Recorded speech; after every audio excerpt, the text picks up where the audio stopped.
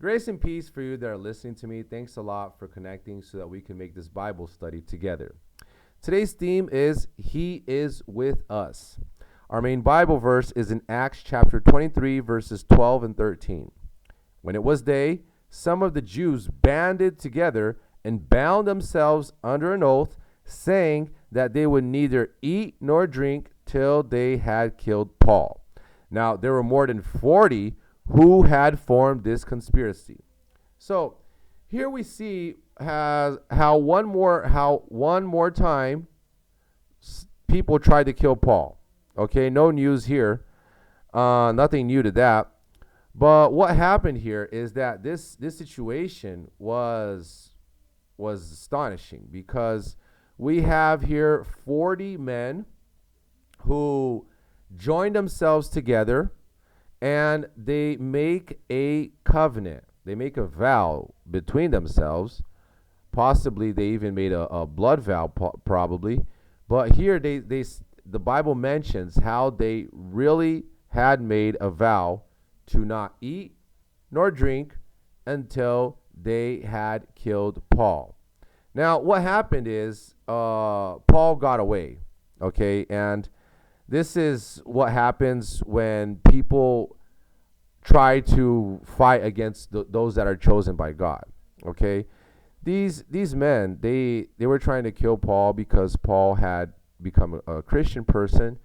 He was proclaiming his faith, and he was gaining other Jews to this Christian faith. So that was really bothering them in this matter. So they were trying to kill him. How can we bring this for our today's context? Nowadays, we have many people that they're simply against us because we're Christian, or because they don't like us, or for some reason that you just can't explain. There are people that they look at you and they don't like you. Okay, you didn't do anything to them, but they're against you. And what is even worse is that these people, they think that they're in their own rights to not like you. Okay, which they are, but that if that ended there, it would be okay. The problem is that when these certain people, they don't like what you do, who you are, and yada yada, they start coming against you in certain ways that, how we can put it to the context of the story, they are trying to destroy you, to kill you, to put you in a bad situations, and so forth. So what do we do to bring this context to our lives is getting out of the situation. Okay, not facing the situation in a direct. Now, what I want to say about this is not to ignore your problems. I'm not saying that for you to ignore it.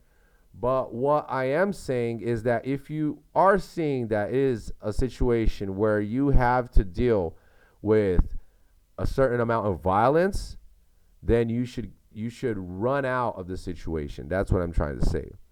In many situations, you have to deal with pressure, you have to deal with deadlines, you have to deal with chaotic situations, stress at work, many types of problems, and all of that.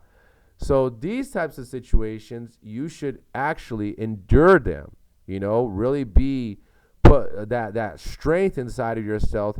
Ask God to help you, that He will, because the strength of the Lord is our happiness. Our strength is the happiness of the Lord. He will give you strength, and in that manner, you will learn how to face the situation. But what I want to tell you, if you're a teenager, or you're having a friend at work who you have a dispute with, and this comes to a fighting situation, to a violent situation, then you should avoid it. Unless it's a fighting situation that you're a professional fighter, or you're an athlete, you like to practice fights. They also do, and you appoint a match. Now, in that point, I believe You in a good sportsmanship way, you're not committing a sin also. You are in a competition, So being in a fair competition is, I believe, is okay. You should avoid it. You should avoid it at all costs, but it is something that you can endure. Like some situations, a Christian person with a Christian faith, they should endure, and others, they should not. And how can we have a measure between what we should and what we shouldn't? Well, I believe that this is something that you should have maturity for you yourself to tell yourself where you should go. To make it very simple, okay? Holy Spirit is good things, peaceful things, happy things, okay? And violence, anger, anxiety, depression are bad things, okay? So you can be in a situation where people think that, are you crazy, Aaron? You're telling me that a fight can probably solve a situation in a good way? Yes.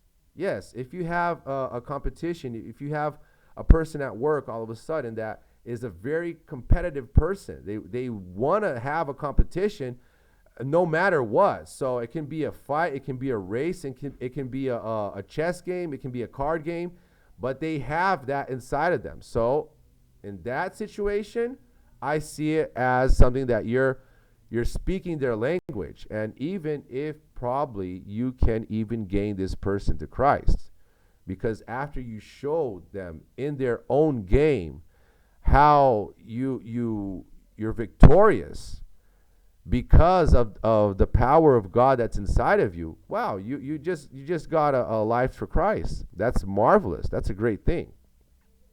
So don't forget, I won't forget either, God is with us. Greater is he who is inside of us than he who is in the world. I hope this video has been a blessing for your life. Grace and peace.